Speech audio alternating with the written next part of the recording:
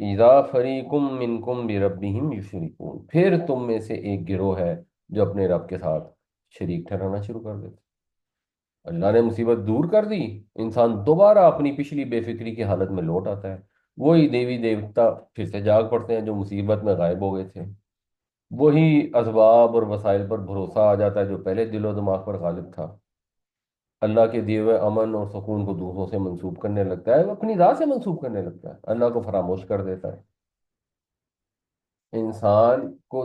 ہم بھی یہ روز، یا جب بھی کوئی بہت زیادہ مسئلہ آتا ہے، کوئی بیماری آتی ہے، کسی عزیز کے ساتھ کوئی پرابلم ہوتا ہے، ہم بھی یہ آبزرو کرتے ہیں اپنے ساتھ کہ عاجزی بڑھ جاتی ہے، تضرع بڑھ جاتا ہے، اللہ تعالیٰ کو پکارنا شروع کر دیتے ہیں، جو فضولیات ہوتی ہیں وہ غائب ہو جاتی ہیں، صرف اور صرف بندہ اللہ کی طرف متوجہ ہو جاتا ہے، اور جب وہ تکلیف اللہ تعالیٰ دور کر دیتا ہے پھر انسان اسی روٹین میں واپس آ جاتا ہے، پھر وہی کام کرنے شروع کر دیتا ہے، پھر اس کا توکل جو ہے وہ اللہ کی بجائے واپس اپنی ذات پر آ جاتا ہے۔ یعنی آپ نے کام تو کرنے ہیں، اسباب کو استعمال تو کرنا ہے، لیکن جو فائنل بھروسہ ہے وہ تو اللہ کی ذات پر ہونا چاہیے۔ تو مثال کے طور پہ آپ کا گلا خراب ہوا ہے، سر میں درد ہے، آپ کہتے ہیں اچھا پیناڈول کھاؤں گا تو ٹھیک ہو جائے، اور آپ پیناڈول کھاتے ہیں اور آپ کہتے ہیں میں ٹھیک ہو جاؤں گا۔ پیناڈول تو آپ نے استعمال کرنی ہے، لیکن بھروسہ اللہ پر کرنا ہے، دعا اللہ سے کرنی ہے کہ یا اللہ تو شفا دے۔ اگر یہ نہیں کرتے اور پیناڈول پر بھروسہ کر لیتے ہیں، اپنی محنت پر، اپنی قوت بازو پر بھروسہ کر دیتے ہیں، یہ بھی شرک ہے۔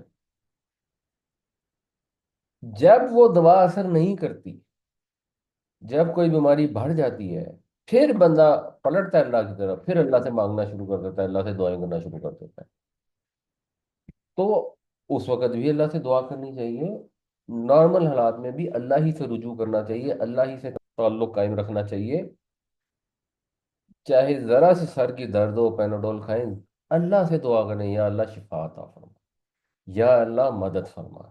کوئی کام کرنا ہے، اس کی ہمت نہیں ہو رہی، ٹھیک ہے، آپ نے اس میں موٹیویشن کے لیے جو بھی ٹول ہیں ان کو بھی استعمال کرنا ہے، کیونکہ اللہ نے حکم دیا ہے اس باب کو استعمال کرنے کا، لیکن مدد اللہ ہی سے مانگو کہ اللہ میں یہ کام کرنے کی کوشش کر رہا ہوں، میں سگریٹ چھوڑنا چاہتا ہوں، تو میری مدد کر۔ اور سگریٹ چھوڑنے کے لیے جو جو بھی لوگوں نے ٹپس بتائی ہیں یا جو طریقے ہیں یا پروگرام ہیں ان کو بھی ضرور یوٹیلائز کریں، وہ کرنا بھی ضروری ہے۔ نہ یہ ایکسٹریم ہے اسلام میں کہ انسان بس اللہ سے ہی مانگی جائے اور اونٹ کا گھٹنا نہ باندھے، اور نہ یہ ایکسٹریم ہے کہ اونٹ کا گھٹنا باندھ دے تو سمجھے کہ اب اونٹ محفوظ ہو گیا۔